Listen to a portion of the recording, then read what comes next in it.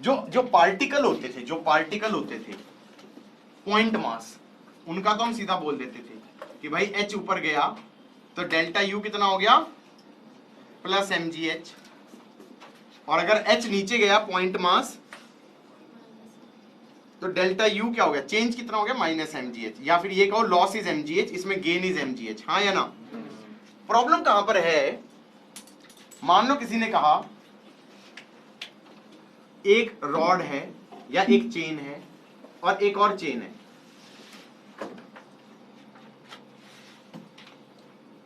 इसका मास m है, इसका लेंथ l है, इसका मास 2m है, इसका लेंथ l है, ऐसे है। अच्छा, इसमें मैंने चेंज के बारे में बात करी, चेंज के साथ साथ ये भी समझ में आ रहा होगा, मैंने एक ऐसा कहा था कि रेफरेंस लेवल ले लेते हैं। क्या ले लेते हैं? रेफरेंस लेवल ले लेते हैं, तब एब्सोल्यूट वैल्यू डिफाइन कर सकते हैं। कि हमने कहा भाई ये H1 पे है, तो हमने कहा इनिशियल पोटेंशियल एनर्जी हो गई mgh1, और जब ये यहां चला गया तो फाइनल पोटेंशियल एनर्जी हो गई mgh2, और mgh2 माइनस mgh1 क्या हो गया, चेंज, तो दैट विल बी mgh। हाँ या ना?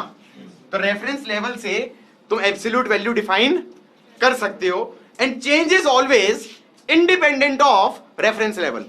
Change is always independent of reference level. If you had taken the reference level here also, the change would always be mgh. Absolute value reference level से define करोगे। हाँ या ना? अब कोई कहे इस सिस्टम की पोटेंशियल एनर्जी कितनी है, तो मैंने कहा पहले तो किस रेफरेंस लेवल के रेस्पेक्ट में। कन्वीनियंट सा रेफरेंस लेवल क्या है, ये। तो क्या मैं कह सकता हूं इनिशियल इस सिचुएशन में पोटेंशियल एनर्जी कितनी हो जाएगी, mg L/2 with a negative sign. क्यों? इसका सेंटर ऑफ मास कहां पर है, L/2 नीचे,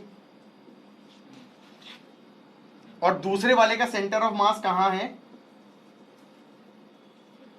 3L/2, तो -2m g 3L/2। तो ये पोटेंशियल एनर्जी कितनी हो गई इस रेफरेंस लेवल के रेस्पेक्ट में, that is minus mgL/2 minus mgL/2 and minus 3mgL minus 3mgL, तो दैट बिकम्स माइनस 7mgL/2। ये हो गया तुम्हारी पोटेंशियल एनर्जी। अब क्वेश्चन में कहा कि एक बंदा आया, उसने इसको पकड़ा, यहां से डिटैच किया, खट, इसको उल्टा किया और टांग दिया, मतलब मैंने इसको उल्टा टांग दिया, मैंने इसको उल्टा टांग दिया।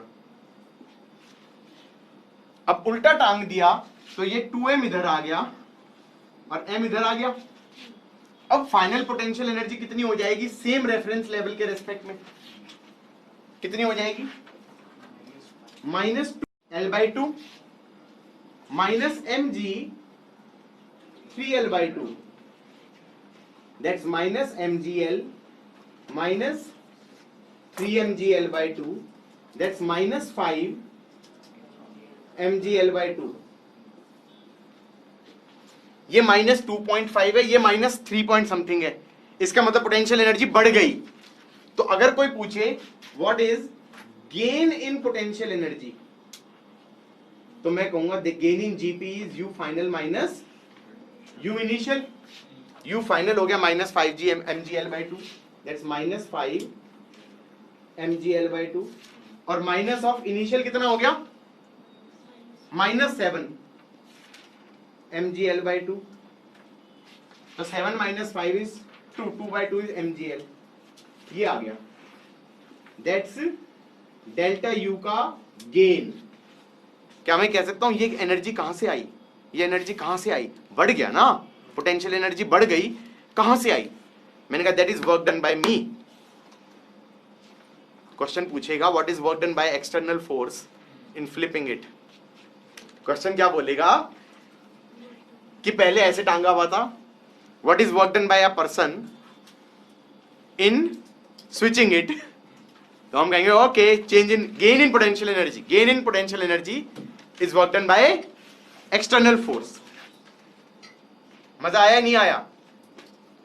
और इसमें पोटेंशियल एनर्जी का फंडा कैसे लगाना पड़ेगा, जब भी ऐसे क्वेश्चन होंगे तो तुम्हें रेफरेंस लेवल लेके ही लगाना पड़ेगा, जो कि पहले हम नहीं अवॉइड कर देते पॉइंट मास में, क्योंकि गेन कहना बड़ा आसान होता था, mgh माइनस mgh, हाँ या ना, रेफरेंस लेवल की जरूरत नहीं पड़ती थी चेंज लिखने के लिए। लेकिन जब भी ऐसे क्वेश्चन आएंगे तो चेंज कैसे लिख पाओगे, using the reference level.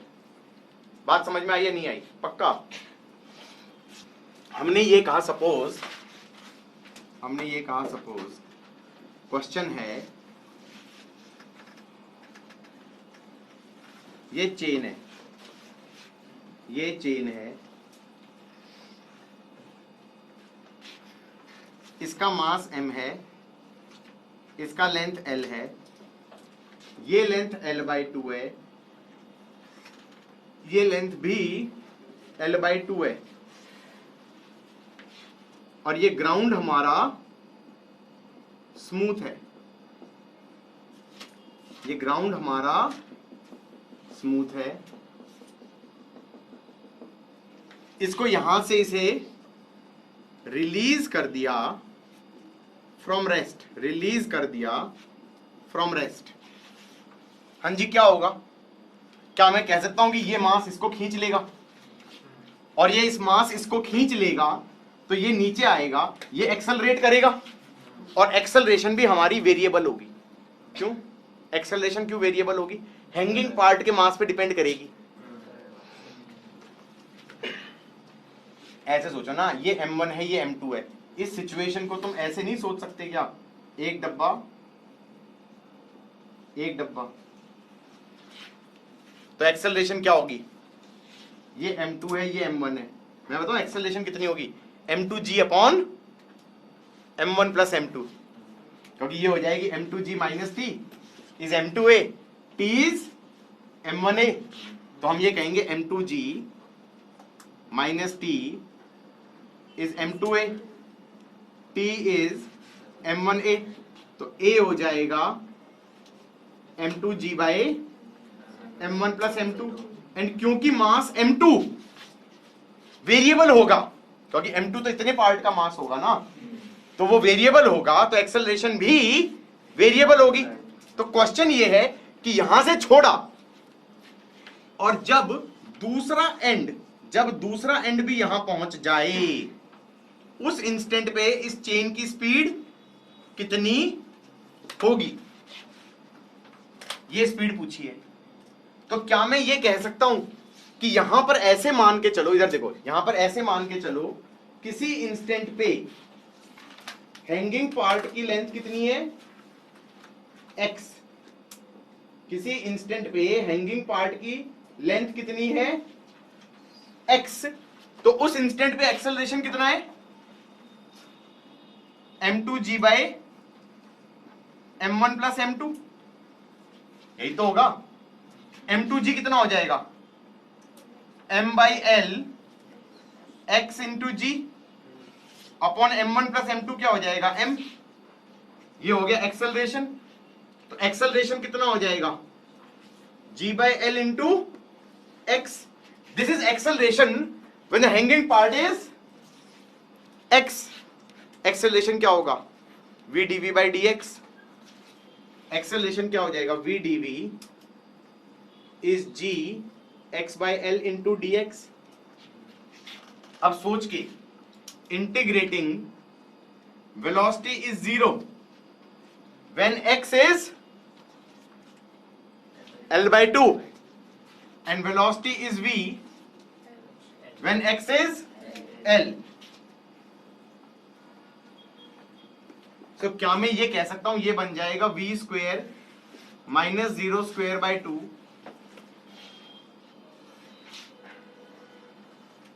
g by l square minus l square by 4 divided by 2, ये 2 से 2 काट दो, ये बन जाएगा 3gl बाय 4, तो v आ गया √3gl बाय 4, ले लो ऐसे लिख लो यार, क्या फर्क पड़ रहा है, x लगता है क्या, √3gl बाय 4। क्यों सिंप्लीफाई करेंगे, पेपर में करना। यहां तक समझ में आ गया? ये बहुत ही गंदा तरीका था इसे करने का। ये कौन सा तरीका था? न्यूटन लॉज और काइनेमेटिक्स सब लग गया इसमें, वेरिएबल एक्सेलरेशन भी लग गया और न्यूटन लॉज भी लग गया। ये करना भी सिखा दिया कि भाई चेन वालों को ऐसे मान लेना, क्या मान लेना, पुली की तरह मान लेना। अब दूसरा तरीका करने का, उसके बाद दिमाग में आया कंजर्वेशन ऑफ एनर्जी लगा देते हैं। हम कहेंगे loss in GP is gain in के। अब दिमाग में ये आएगा कि ये लॉस इन जीपी कैसे लिखे। जब भी चेन वाले क्वेश्चन होंगे you have to use reference level. ऐसे सोचो, हाँ रेफरेंस लेवल चूज क्या करोगे वो तुम्हारे ऊपर है। बेटर तो ये है कि ऐसे रेफरेंस लेवल मान लिया।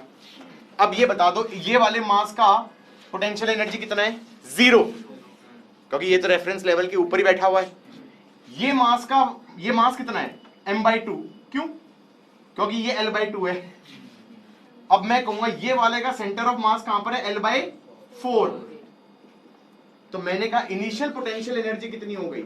इनिशियल हो गई minus of m/2 g l/4,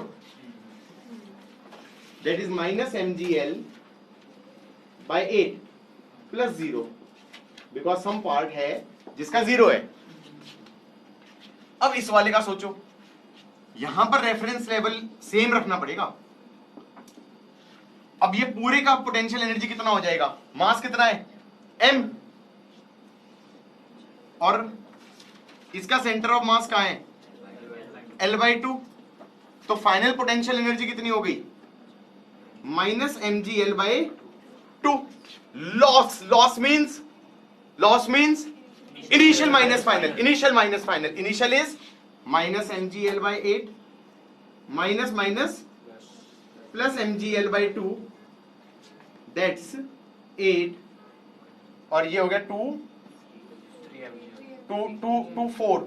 4 minus 1 3 mgl/8 is gain in kinetic. अच्छा गेन तो पूरे में हुआ है क्योंकि every point has got speed v। तो टोटल काइनेटिक एनर्जी में क्या लिख दोगे? Half m total into v square.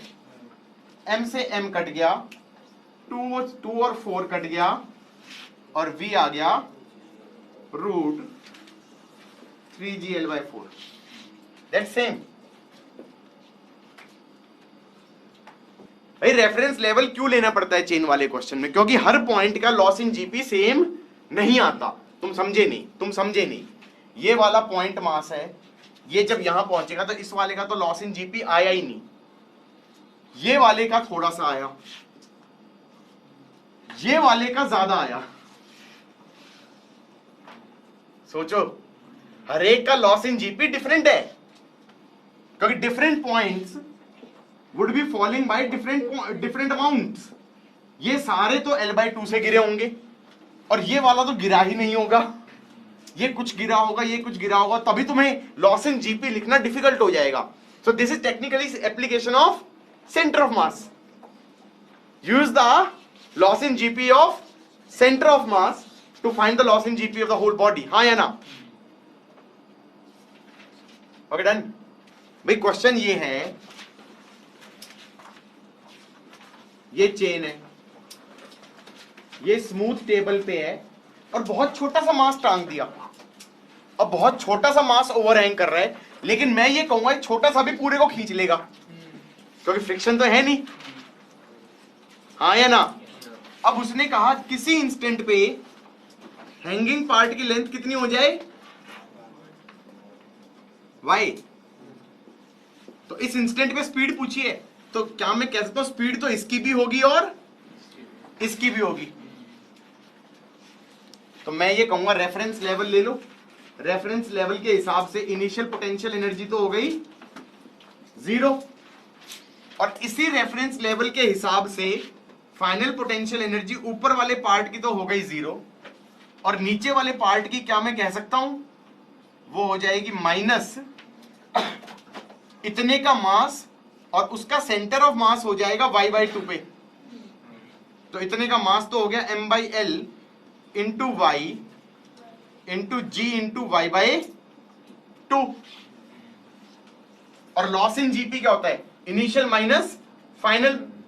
तो लॉस इन जीपी, तो इनिशियल माइनस, तो माइनस माइनस प्लस हो गया, m by l y g y by 2 should be gain in K. अच्छा, के सिर्फ इतने का नहीं होगा, काइनेटिक एनर्जी पूरे का होगा, क्योंकि ऊपर का भी होगा, इस वाले का भी होगा, स्पीड तो सबकी आएगी।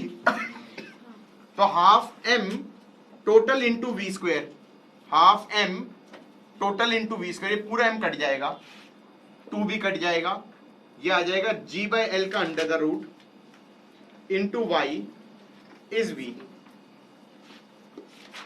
ओके गाइस, मान लो हमारे पास ऐसे है, हाँ जी, ये चेन है, ये चेन है जिसका मास m है। ऑब्वियसली इसकी लेंथ कितनी रही होगी? पाई आर बाई 2 रही होगी, हाँ या ना? लेंथ कितनी रही होगी? पाई आर बाई 2। रेडियस इसका r है। अब वो कह रहे हैं मान लो ये रेफरेंस लेवल है, ये रेफरेंस लेवल है, तो इस रेफरेंस लेवल के हिसाब से इसकी ग्रेविटेशनल पोटेंशियल एनर्जी कितनी है? जीपी कितना है? कैसे करेंगे? अब गिराने की तो बात ही नहीं करी उसने तो एक कहा कि पोटेंशियल एनर्जी निकाल। मतलब एक तरीका तो ये है, एक तरीका तो ये है कि मैंने कहा एक सर्कुलर आर्क होती थी जो कि एंगल अल्फा सबटेंड करती थी, और उसके एंगल बाइसेक्टर के अलोंग सेंटर ऑफ मास होता था कितना?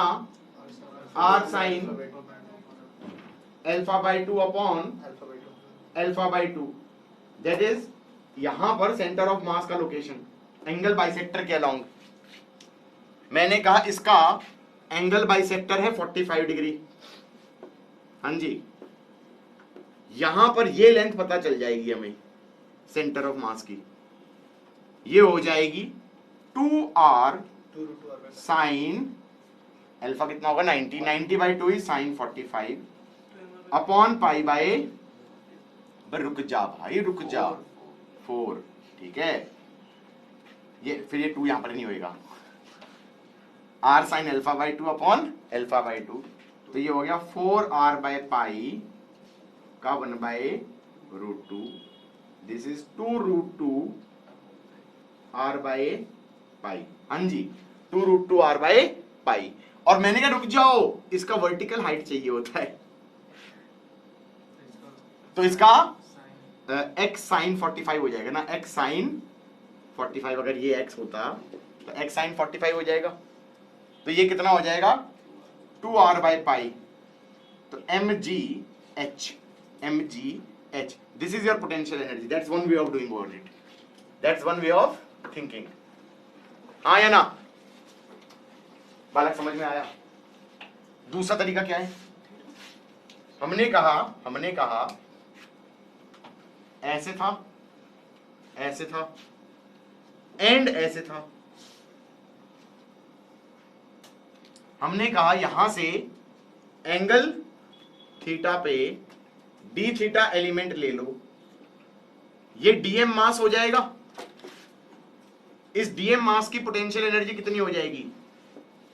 Are cos theta, dm g r cos theta, dm g r cos theta, हाँ जी, ये छोटी सी पोटेंशियल एनर्जी हो गई with respect to this reference level.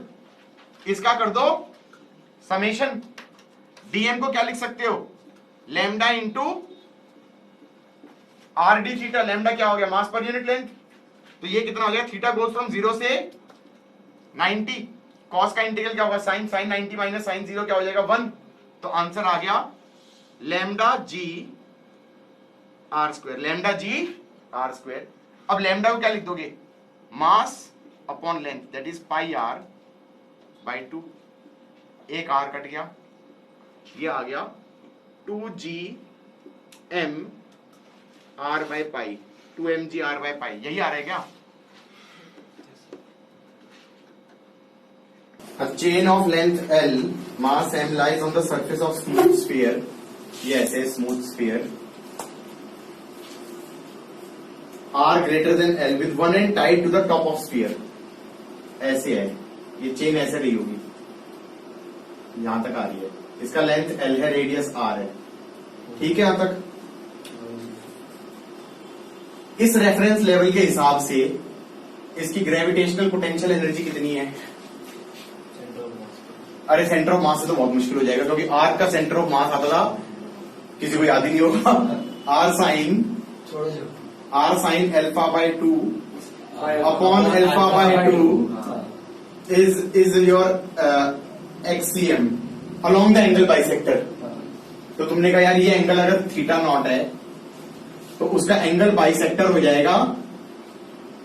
Okay, ये वाला एंगल ना, थीटा नॉट बाय 2, और ये डिस्टेंस हो जाएगा r sine theta naught by 2 upon theta naught by 2.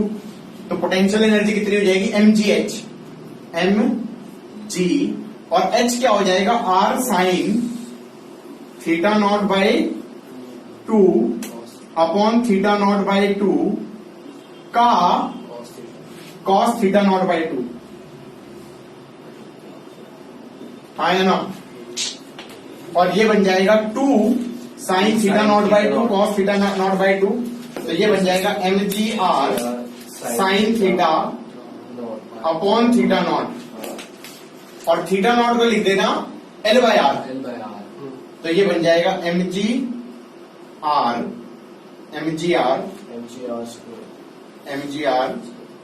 और इसको लिख दिया L by r square, sine theta naught को लिख दिया L बाय आर. अब ये मैच कर लो यार, यही होगा या नहीं होगा? ये पोटेंशियल एनर्जी लिखी बड़ी मेहनत से. सांदरी का भी यही है, परफेक्ट है यार. मेरे को लग रहा है इससे अच्छा मैंने डेरिवेशन ही कर ली होती. अगर इतना ही जुगाड़ करना पड़ता तो ये चेन थी ना यहां तक. मैंने कहा यहां से एंगल थीटा पे डी थीटा एलिमेंट ले लूं, उसकी जीपी कितनी हो जाएगी? mgh. तो dm कितना हो जाएगा? लैम्डा आर डी थीटा, ये हो गया m.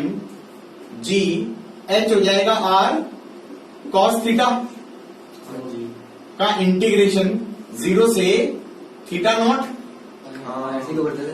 हाँ, तो ये हो जाएगा lambda g r square, cos का इंटीग्रल क्या हो जाएगा? साइन. तो ये हो जाएगा साइन थीटा नॉट. लैम्डा को लिख दो मास पर यूनिट लेंथ, तो m by l g r square sine l by r. मैं तो आई थिंक डेरिवेशन से जल्दी हो गया. जबरदस्ती फॉर्मूला मारने के चक्कर में गलती और कर दोगे, कहीं ना कहीं एंगल बाइसेक्टर लेते हुए. हाँ या ना? Suppose the chain is released and slides down.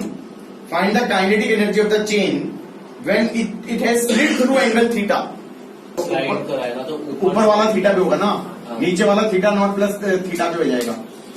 ऐसे होगा ना, ये इधर है. वही बालक इधर देखो ना, ऐसे था इनिशियली, ऐसे थी chain.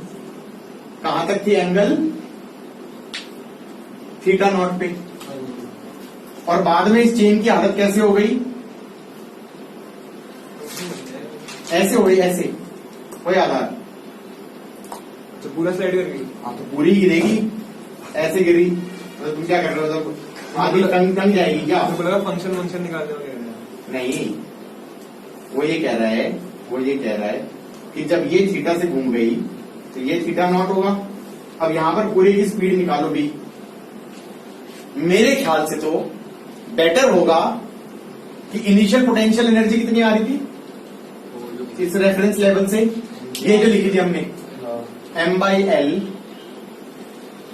Ji r square sine theta not.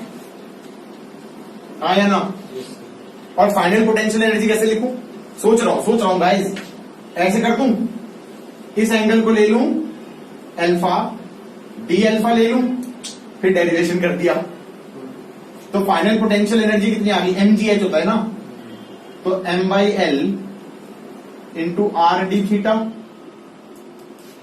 ये तो हो गया dm g h कितना हो गया r cos alpha integration alpha goes from theta से लेकर थीटा नॉट प्लस थीटा, ये फाइनल पोटेंशियल एनर्जी हो गई। ये हो गया हमारा mg r square by l sine of theta naught plus theta minus of sine theta, loss in GP initial minus final, g r square sine theta naught minus of sine theta naught plus theta minus minus plus sine theta is half m we square. Theta naught को लिख देना l by r, theta naught को लिख देना l by are. आगे बोलो। cos alpha लिए पर हमारा वो d theta, sorry D theta नहीं है, डी अल्फा है, इडियट। पर d अल्फा पे थोड़ा ना होगा। आप अल्फा का ही डी। अच्छा किया तुमने बता दिया, मैं ऑटो पायलट पे कुछ भी कर रहा हूँ। डी अल्फा ही तो होगा, अल्फा पे तो डी अल्फा ही लोगे। नहीं पर हाँ मास तो r d थीटा रहेगा। आर डी अल्फा रहेगा। अच्छा अच्छा वो ठीक है। सब कुछ ये अल्फा में हो गया ना। हाँ सर, अल्फा की वैल्यू गोज फ्रॉम थीटा से थीटा नॉट प्लस थीटा। हाँ, सर मैं सारा थीटा में लेके वो हम भी सारे ऐसे है, ये स्फीयर है, ऊपर आ गया। ये स्फीयर है, ये स्फीयर है, हाँ जी। ये स्फीयर एक्सेलरेट कर रहा है ए से, इसका रेडियस आर है, यहां से एक डब्बा छोड़ दिया मास एम का, जब वो एंगल थीटा गिर जाए यहां पर तो उसकी स्पीड बताओ, ये पूछा है इससे उससे। करना पड़ेगा तो मैंने कहा रुको रुको रुको, अरे अरे अगर मैं स्फीयर को रेस्ट पे मान लूं, लाइफ में पहली बार और आखिरी बार मैंने कहा कि भाई स्फीयर को रेस्ट पे मान लूं, तो इस पे एक फोर्स एम ए भी लगेगी और एम जी भी लगेगी और नॉर्मल भी लगेगी। तो जब ये यहां पहुंचेगा तब भी एम ए लग रही होगी, एम जी भी लग रही होगी, नॉर्मल वेरिएबल होगा, हाँ या ना। और मैं अरे रुक जाओ, हाँ नॉर्मल चेंज करेगा, वेरिएबल होगा, चेंज करता जाएगा। ये एंगल थीटा हो चुका, और स्फीयर के रेस्पेक्ट में इसकी वेलोसिटी सिर्फ क्या होगी, सर्कुलर वाली, वो सर्कुलर वाली वी रिलेटिव होगी बेसिकली, हाँ या ना। कंजर्वेशन ऑफ एनर्जी लगाऊं तो क्या बोलूंगा, loss in GP m g r 1 minus cos theta is gain in K, मत बोल देना। एक और फोर्स भी है एमए, और एमए भी वर्क कर रही होगी, और एमए का वर्क कितना होगा, उसकी डायरेक्शन कांस्टेंट है, तो सीधा डिस्प्लेसमेंट ले लो, तो ये वाला हो जाएगा आर साइन थीटा। तो वर्क डन बाय एमए हो जाएगा MA r sine theta is gain in K half m we square. ऐसे नहीं मानना पड़ेगा। हाँ, और अगर कोई नॉर्मल पूछ ले तो ओके, ये एक एक्सिस ले ली, ये ऐसे ले ली, a line makes angle theta with vertical line perpendicular to that makes theta with horizontal, हाँ या ना। ये आ जाएगा M G cos theta minus M A sine theta minus normal is M we square by R. इसमें अगर वो पूछे कांटेक्ट कब छोड़ेगा, जहां पर नॉर्मल जीरो कर लेना। ऐसे कुछ दिया गया है,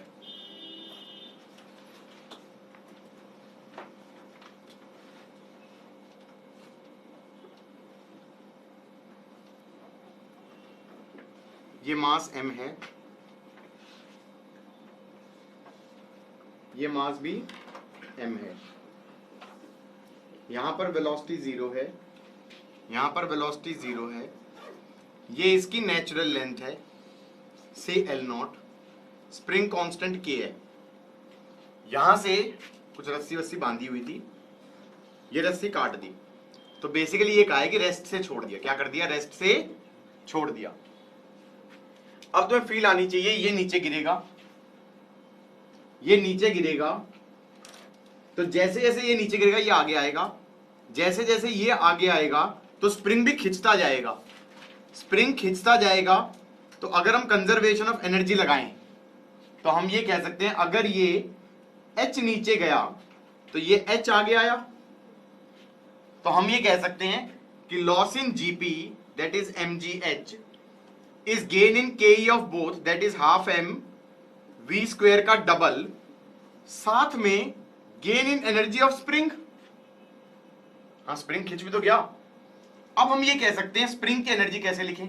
हमने कहा ये मान लो L नॉट है, तो ये लेंथ मान लो L नॉट प्लस x, तो x इज द इलोंगेशन ना, तो फिर कह देंगे gain in energy of spring हो जाएगा हाफ के एक्स स्क्वायर। यहां तक तो कंजर्वेशन ऑफ एनर्जी की इक्वेशन आई, क्योंकि काइनेटिक एनर्जी इसमें भी आई है बेटा। ठीक है, अब हमें फील ये आनी चाहिए जैसे जैसे ये आगे जा रहा है स्प्रिंग की फोर्स बढ़ रही है, तो स्प्रिंग एक फोर्स ऐसे भी लगा रहा है ना इस पे, तो हम ये कह सकते हैं नीचे mg भी लग रहा था, ऐसे नॉर्मल भी लग रहा था, और क्या मैं ये कह सकता हूं जैसे जैसे ये फोर्स बढ़ती जाएगी तो उसका वर्टिकल कंपोनेंट बढ़ेगा, तो नॉर्मल कम होता जाएगा। तो हम ये कह रहे हैं कि कभी ना कभी ब्रेक ऑफ कर जाएगा, हवा में उड़ जाएगा। हवा में जब उड़ने वाला होगा तो नॉर्मल क्या कर देना, 0। तो क्या कहोगे, इधर फोर्स कितना लग रहा है, kx, सो कैन आई से kx cos theta should be equal to mg and the normal should have become 0। तो एक इक्वेशन आ गई kx cos theta is mg। बात समझ में आई या नहीं आई, पक्का? अब समझ में नहीं आ रहा cos थीटा को क्या लिख सकते हैं, that is kx cos theta is base upon hypotenuse, that is L not upon plus x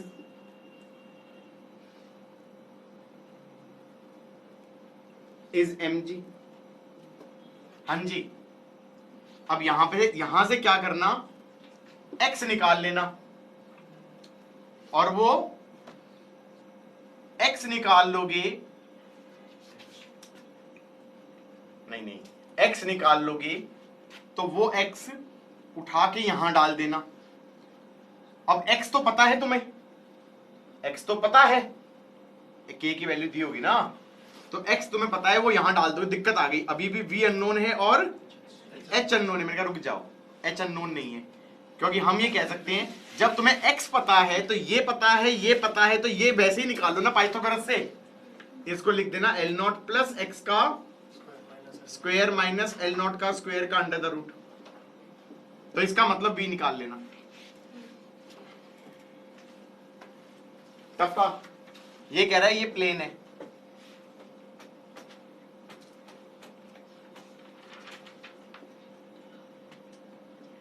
इसका मास m नॉट है, इसकी वेलोसिटी v नॉट है। ठीक है, यहां तक। यहां पर एयर थी और यहां से क्लाउड चालू हो गया और क्लाउड में घुस गया है प्लेन, क्लाउड में घुस गया। क्लाउड के अंदर डेंसिटी ऑफ क्लाउड थी रो, और क्लाउड के ड्रॉपलेट्स इस पे आके चिपकने लग गई। हाँ, यही तो मान रहा हूं मैं, ये मान रहा हूं कि भाई वो क्लाउड में घुस गया, और जब वो क्लाउड में यहां तक पहुंच गया ना, तो मैं ये अज्यूम करूंगा कि मान लो ये x आगे तक आ गया, तो मैं ये मान लूंगा कि इतने क्लाउड के पार्टिकल्स इस पे आके चिपक गए, कि क्लाउड के अंदर पार्टिकल्स थे, वो पार्टिकल्स इस पे आके ऐसे चिपक गए। हाँ, ये मान लेना कि वो चिपकने के कारण ये नहीं कि प्लेन का साइज ही बढ़ गया, बस वो चिपक गए, कंडेंस हो गए। हाँ या ना? तो क्या मैं ये कह सकता हूं कि इतने वॉल्यूम में कितने पार्टिकल्स रहे होंगे क्लाउड के? मैंने कहा area of cross section of plane ले लो a, तो मैंने कहा वो x आगे तक जा चुका है, तो यहां पर इस पूरे का मास कितना हो चुका, m not plus a x into rho. हाँ, density of cloud into area of cross section into x, और ये इनइलास्टिक कोलिजन हो गया, तो मैंने कहा प्लेन की वेलोसिटी हो गई v डैश। अब कंजर्वेशन ऑफ लीनियर मोमेंटम लगा दो, क्योंकि फोर्सेस तो इंटरनल थी, तो हमने कहा m naught v naught is m not plus a rho x into v dash. ये वी डैश कौन सी वेलोसिटी होगी जब प्लेन एक्स अंदर आ चुका है, हाँ या ना? तो वी डैश क्या हो जाएगा हमारा? वी डैश को मैं लिख सकता हूं basically dx by dt। Done. m1 v1 is m2 v2 करना था। बात समझ में आई या नहीं आई? तो प्लेन का मास इनटू प्लेन की वेलोसिटी, और जब वो x अंदर जा चुका है तो हमने कहा टोटल मास हो जाएगा प्लेन का मास प्लस क्लाउड का मास जो कि उसने क्लाउड में छेद कर दिया। उन फोर्सेस को इंटरनल कैसे लिया? हमने कहा पार्टिकल आके टकरा रहे थे, उस पर तो इंटरनली मारेंगे, धाएं धाएं धाएं धाएं धाएं धाएं, फ्रंट फेस पे आगे टकरा के चिपकते गए, तो इंटरनली हो गया ना, इम्पल्स तो इंटरनली हो गया। ग्रेविटी को तो वैसे भी काउंट नहीं कर रहा है, ये मान रहा है बस चलता जा रहा है प्लेन। और ये भी मान लिया कि प्लेन में कोई थ्रस्ट नहीं थी, बस वो चल रहा था मस्ती में, टकराता जा रहा है, स्लो होता जा रहा है, टकराता जा रहा है और स्लो होता जा रहा है। गॉट इट और नॉट? तो उसके बाद यही तो पूछेगा कि भाई x as a function of t पूछ सकता है ये कि कितने टाइम में कितना x चला जाएगा, हाँ या ना? मैं क्या करता है, इट्स अ सिंप्लीफाइड क्वेश्चन।